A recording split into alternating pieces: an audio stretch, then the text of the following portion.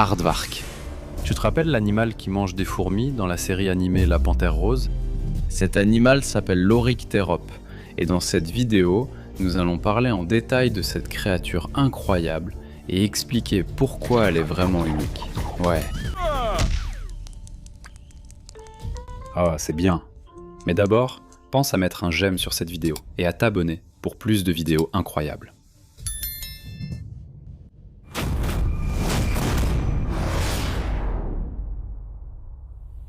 Les Oryctéropes sont de petits animaux de couleur gris jaunâtre pâle, avec une tête allongée qui rappelle celle d'un cochon, et on les trouve principalement dans différentes régions d'Afrique et dans le désert du Sahara.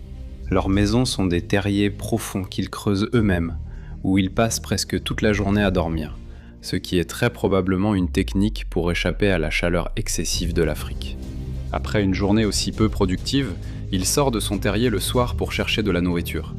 Et comme il est insectivore, il se nourrit principalement de fourmis et de termites.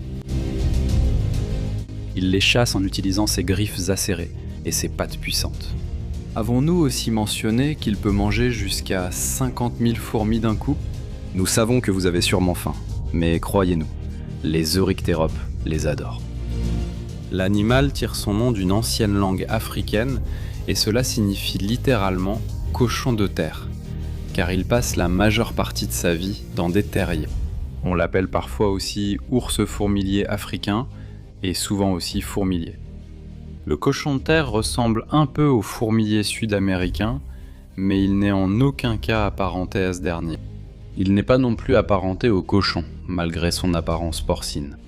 Aussi rare soit-il, il possède tout de même environ 17 sous-espèces qui n'ont pas encore été correctement définies. Outre sa ressemblance frappante avec les cochons, il possède également d'autres caractéristiques physiques, comme un long museau, un dos arqué, une silhouette trapue et des poils rêches sur tout le corps. Il pèse généralement entre 60 et 80 kg et mesure entre 105 et 130 cm de haut. La seule véritable protection de l'animal réside dans sa peau dure et sa paire de narines, qui filtrent le sable et la poussière pendant les étés extrêmes. Il possède également des oreilles semblables à celles d'un lapin, qui peuvent être repliées pour empêcher la saleté d'entrer. Il a des pieds en forme de pelle, et ses membres sont de longueur moyenne. Les pattes arrière sont souvent plus longues que les pattes avant. Les Oryctéropes tentent rarement de se tenir debout sur leurs pattes arrière, mais ne font qu'un ou deux pas avant de retomber sur leurs quatre pattes. Autre trait distinct, mais cette fois négatif, est que l'animal a une mauvaise vue. Cela est dû à ses habitudes, comme le fait de vivre dans des terriers toute la journée et de n'en sortir que la nuit pour se nourrir. Les scientifiques ont également suggéré que le cerveau des Oryctéropes est plutôt petit et que l'animal n'est pas particulièrement intelligent. L'Oryctérope est souvent considéré comme le seul membre vivant de l'ordre des Tubulidentata, appartenant à la classe des mammifères. Les dents de l'Oryctérope ne contiennent ni émail ni racines, et ne sont en fait que des tubes. En fait, le sens littéral de Tubulidentata est « dents en tube ». L'animal est beaucoup plus développé que les autres mammifères à plusieurs égards, l'un d'eux étant son sens de l'odorat très développé, qui n'est pas tant lié à son nez qu'à une structure cérébrale bien développée de l'Oryctérope. Cependant, son nez semble tout de même lui être très utile, puisqu'il contient 9 bulbes olfactifs qui sont probablement les plus grands parmi tous les mammifères. De plus, comme nous l'avons mentionné précédemment, l'Oryctérope a une mauvaise vue, donc le seul aspect qui lui permet de trouver ses proies est son nez. Il adopte une stratégie unique pour sortir de son terrier la nuit. Il attend quelques minutes à l'entrée du terrier, essaie de sentir ou d'entendre les insectes à proximité, puis bondit sur eux pour se régaler. L'Oryctérope est aussi un animal relativement rapide qui peut parcourir une distance de 10 mètres en seulement quelques secondes. Pendant l'ère glaciaire, les Oryctéropes furent parmi les premiers animaux à migrer vers le sud. Peu de temps après avoir atteint les vallées du sud, Ils se sont rendus compte qu'une énorme inondation risquait fortement de frapper la vallée, et se sont préparés à migrer de nouveau, à la recherche d'un endroit plus sûr, qu'ils ont finalement trouvé. Ce qui est encore plus intéressant que le fait qu'il soit le seul membre survivant de sa famille animale, c'est qu'il est aussi un fossile vivant, car sa structure et son anatomie ressemblent de très près à certains organismes primitifs et n'ont pratiquement pas changé jusqu'à aujourd'hui. Parmi les principaux prédateurs de l'Oryctérope, on compte notamment les lions, les léopards, les hyènes et les pythons. Outre ces prédateurs, les humains les braconnent aussi pour leur viande. Eh bien, il existe quelques techniques que l'Oryctérope utilise pour échapper à un prédateur. Les techniques les plus courantes sont de creuser des terriers pour se cacher, car il creuse rapidement. Et une autre consiste à courir vite en zigzag pour tromper l'ennemi. Il utilise également sa queue comme moyen de défense pour se protéger parfois. Dans des conditions de vie favorables et non menaçantes, l'Oryctérope peut vivre jusqu'à 23 ans. Puisque l'animal s'adapte bien à la captivité, il peut également être gardé dans les zoos. Le zoo de Londres a été le premier zoo à avoir gardé un Oryctérope en 1869.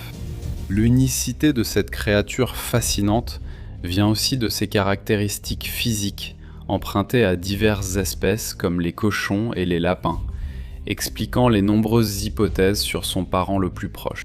Les innombrables théories se sont révélées infondées, et selon les scientifiques, le parent le plus proche de l'Oryctérope est, de façon assez surprenante, l'éléphant.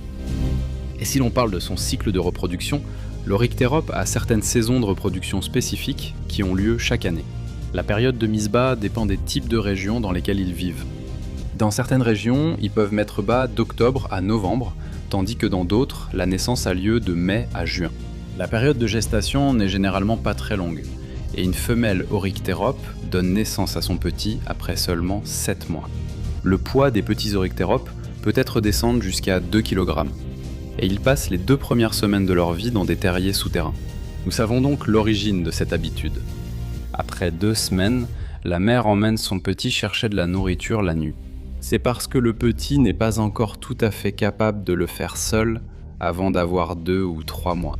Le petit Oryctérope ne vit avec sa mère que pendant 6 mois au maximum après sa naissance. Puis, il part mener sa vie indépendante. En langage humain, on peut dire que l'Oryctérope atteint sa majorité et peut être considéré comme adulte après 6 mois, et il est alors libre de vivre selon ses propres règles. Un autre fait intéressant est que dès qu'un bébé Oryctérope naît, il perd ses dents de devant, qui ne repoussent jamais durant toute sa vie.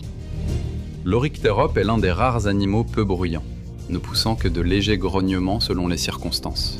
Les gens ont souvent vu des Oryctéropes nager librement, même dans des courants forts, et on pense donc qu'ils sont d'excellents nageurs. L'Oryctérope préfère généralement un mode de vie confortable, et construit donc environ 3 terriers ou abris pour y vivre. Les 3 maisons sont utilisées respectivement pour se reposer, se reproduire et chasser. Ces terriers peuvent atteindre jusqu'à 13 mètres de longueur et sont parfois assez grands pour accueillir un adulte humain à l'intérieur. Les Oryctéropes ne restent jamais longtemps dans le même terrier et en changent régulièrement.